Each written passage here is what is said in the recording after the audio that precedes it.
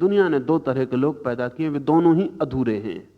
एक आदमी है जो गति को इतना पकड़ता है, बाजार में, दुकान में, व्यापार में, राजनीति में गतिमान रहता है। वो ये भूल ही जाता है कि मेरे भीतर एक केंद्र भी है, उसी केंद्र के ऊपर ये सारी गति है, और वो केंद्र चलता नहीं, चलायमान नहीं है, स्थिर है।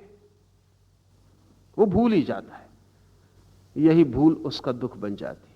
फिर इस भूल से एक दूसरी भूल पैदा होती है। फिर वो सोचता है, जब थक जाता है, ऊब जाता है इस दौड़ धूप से, इस आपाधापी से बेचैन हो उठता है, तब वो सोचता है छोड़ो सब गति, अब तो स्थिर हो जाओ, ठहर जाओ, हटाओ सब ये भाग दौड़, अब तो उस केंद्र को पालो जो चलता ही नहीं। तब वो सारी गति के विपरीत केंद्र को खोजने लगता है। तब वो सारी गति छोड़ के, आंख बंद करके, प्रतिमा बन के सोचता है कि केंद्र को पालूं। तब वो दूसरी भूल कर रहा है। पहले उसने एक भूल की थी कि केंद्र को छोड़ के गति को पालूं, अब वो एक दूसरी भूल कर रहा है कि गति को छोड़ के केंद्र को पालूं। चुनाव कर रहा है अधूरे का। अधूरा इस जगत में नहीं है। गति में ही जो केंद्र को पाले वही केंद्र को पा सकता है। केंद्र के साथ भी जो गति में रह ले, उसी ने केंद्र को पाया, ऐसा जानना। जो अपनी सारी भागदौड़ में भी स्थिर हो, वही साधु है। और जो अपनी स्थिरता में भी भाग सके, दौड़ सके, वही साधु है। जगत में दो तरह के असाधु हैं। असाधु का मतलब अंश को चुनने वाले लोग। एक, वे कहते हैं कि हम संसारी हैं, हम ध्यान कैसे करें, क्योंकि ध्यान तो उस बिंदु को खोजने की विधि है जहां गति नहीं है। वे कहते हैं हम संसारी हैं, हम ध्यान कैसे करें। वे कहते हैं हम संसारी हैं, हम सन्यासी कैसे हो जाएं। जब संसार छोड़ेंगे तब सन्यासी हो जाएंगे, और जब छोड़ेंगे सब दौड़ धूप तब ध्यान कर लेंगे। इसलिए कुशल, होशियार, चालाक लोगों ने बना रखा है कि जब मरने के करीब होंगे, जब गति छोड़ना भी ना पड़ेगी, अपने आप छूटने लगेगी, जब दौड़ना भी चाहेंगे तो पैर जवाब दे देंगे, तब हम ध्यान कर लेंगे। वो मौका अच्छा है। इसलिए हमने सन्यास को बूढ़े के साथ जोड़ रखा है। उसका कोई संबंध बूढ़े से नहीं है। मगर हमारी द्वैत की सोचने की व्यवस्था में यही उचित मालूम पड़ता है। वो तो हमारा बस नहीं है, नहीं तो हम मरने के बाद, क्योंकि तब फिर कोई उपद्रव नहीं रह जाएगा, ना दुकान, ना बाजार। मरी गए, फिर कब्र में ध्यान साधते रहेंगे।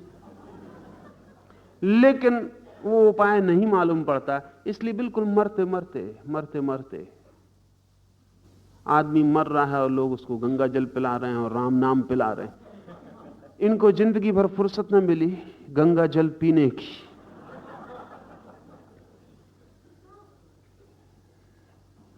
बहुत काम था, व्यस्त थे, और जल्दी भी क्या थी, आखिरी क्षण पी लेंगे। ये जो मेरे पास लोग आते हैं, वो कहते हैं कि हम संसारी हैं, हम ध्यान कैसे कर सकते हैं। वो क्या कह रहे हैं? वो यही कह रहे हैं कि अभी हम गति में हैं, तो हम ठहर कैसे सकते हैं।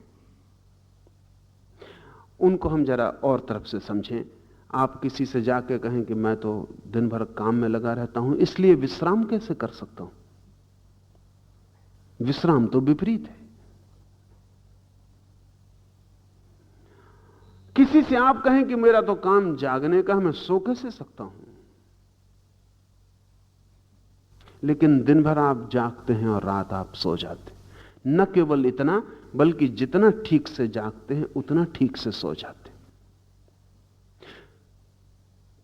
सोना और जागना विपरीत आपको दिखाई पड़ते हों, विपरीत नहीं है, परिपूरक है। जो आदमी दिन में ठीक से जागा है, रात गहरी नींद सो जाता। जो आदमी दिन में ऊंघता रहा है, वो रात सो नहीं पाता। जो दिन भर खाली बिस्तर पर पड़ा रहा है, वो रात कैसे सो पाएगा। अगर हमारा तर्क सही होता तो जिसने दिन भर ऊंघने का अभ्यास किया उसको गहरी नींद आनी चाहिए, क्योंकि दिन भर का अभ्यास ही है। और अभ्यास का तो फल मिलना चाहिए। ये क्या उल्टा हो रहा है।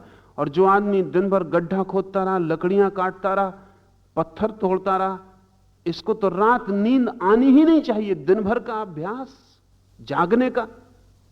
लेकिन जो दिन भर लकड़ी काटा है वो बिस्तर पे गिरता भी नहीं और नींद आ जाती। उसे पता भी नहीं चलता कि कब उसके शरीर ने बिस्तर को छुआ, उसके पहले उसके प्राण निद्रा को छू लेते। और वो जो आदमी दिन भर ऊँघता रहा है, अपनी आराम कुर्सी पे बैठा रहा है, बिस्तर पे लेटा रहा है, वो रात करवटें बदलता। आपको पता है ये करवटें परिपूरक हैं। जो दिन में नहीं कर पाया वो उसे रात में करना पड़ता। उतना श्रम तो करना जरूरी है। 1500 करवटें बदल के थोड़ा बहुत सुबह सुबह सो पाता है। ये करवटें जिसने लकड़ी फाड़ी है दिन में ही बदलनी उसने, और अच्छी तरह बदलनी। बिस्तर भी कोई जगह है व्यायाम करने के लिए। लेकिन अधिक लोग जो दिन में व्यायाम नहीं कर रहे, रात बिस्तर में व्यायाम करेंगे ही। उनकी जिंदगी बड़ी अस्त व्यस्त हो जाएगी। जब व्यायाम करना था तब वे ऊँघते रहे, जब सोना था तब वे व्यायाम करते रहे। उनका सब जीवन विपरीत जालों में उलझ जाएगा अपने ही कारण। नींद विपरीत नहीं है जागने के। अल्लाह से कहता है गति विपरीत नहीं है, स्थिरता के परिपूरक है। तब एक नया आयाम खुलता सोचने का। इसका मतलब ही हुआ कि दौड़ते हुए भी ऐसा हुआ जा सकता है कि भीतर कोई न दौड़े। और जब तक ऐसा सूत्र ना मिल जाए कि दौड़ते हुए भी आप जानें कि आप नहीं दौड़ रहे हैं, तब तक आपको जिंदगी के रहस्य का द्वार नहीं मिलेगा। तब काम करते हुए भी कोई विश्राम में बना रह सकता है। और तब जीवन के सब द्वंद्वों के बीच में एक सूत्र मिल जाता है। तब रात सोए हुए भी भीतर कोई जागा रह सकता है। और तब दिन के सारे श्रम के बीच भी भीतर कोई विश्राम में बैठा रह सकता है। और तब चाहे जीवन में कितनी ही धूप हो, भीतर एक छाया बनी रहती है। और चाहे कितनी ही बेचैनी के बवंडर उठें, एक केंद्र पर सब शांत और मौन रहता है। और मजा यह है कि जितनी तीव्रता होती है इन बवंडरों की, उतनी ही गहरी वो शांति अनुभव होती। वो इससे नष्ट नहीं होती, क्योंकि ये परिपूरक हैं। इसलिए जीवन में जितना तूफान होता है उतनी ही गहन शांति का अनुभव होता है। और जीवन में चारों तरफ कितने ही दुखों की वर्षा होती रहे, एक भीतर सुख की वीणा बजती रहती। जितने जोर से दुखों की होती है वर्षा, उतने ही जोर से उस वीणा का स्वर गतिमान हो जाता है। क्योंकि परिपूरक है, विपरीत नहीं है, एक दूसरे का दुश्मन नहीं है, साथी है। अद्वैत की यह अनूठी बात है। लाओ से अद्वैत की दिशा में यह अनूठा कदम उठा रहा। वो ये कह रहा है कि जहां जहां तुम्हें विपरीत दिखाई पड़े, तुम विपरीत मान लेते हो, वहीं भूल हो जाती। विपरीत मानना ही मत। और जहां तुम्हें विपरीत दिखाई पड़े वहां तुम विपरीत को साधना, एक को छोड़कर नहीं, दोनों को साध कर, साथ ही साध कर। इसका मतलब हुआ कि संन्यास अगर वास्तविक हो तो संसार में ही हो सकता है।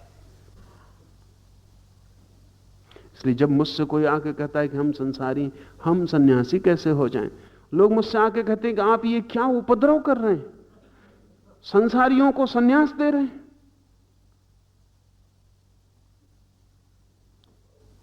सन्यास तो तभी हो सकता है जब कोई घर द्वार छोड़कर, सब छोड़कर भाग जाए।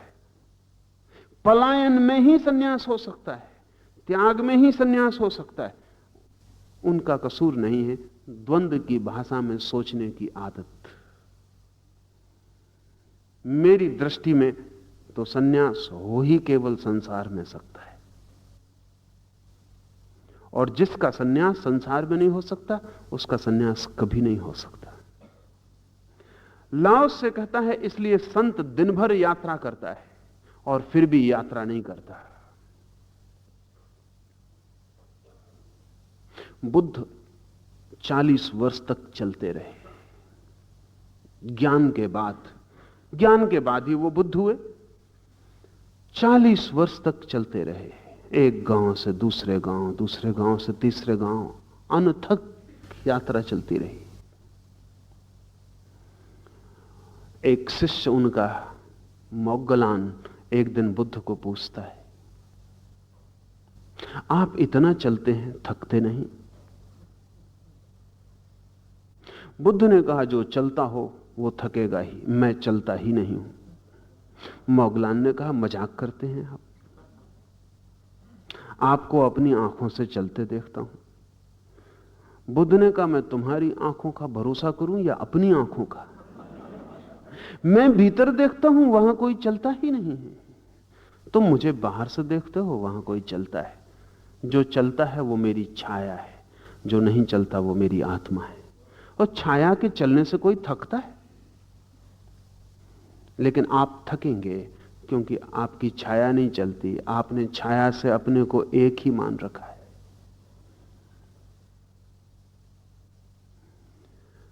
हमारे मन में सवाल उठते हैं कि जब बुद्ध को ज्ञान हो गया तो अब बोलते क्यों हैं?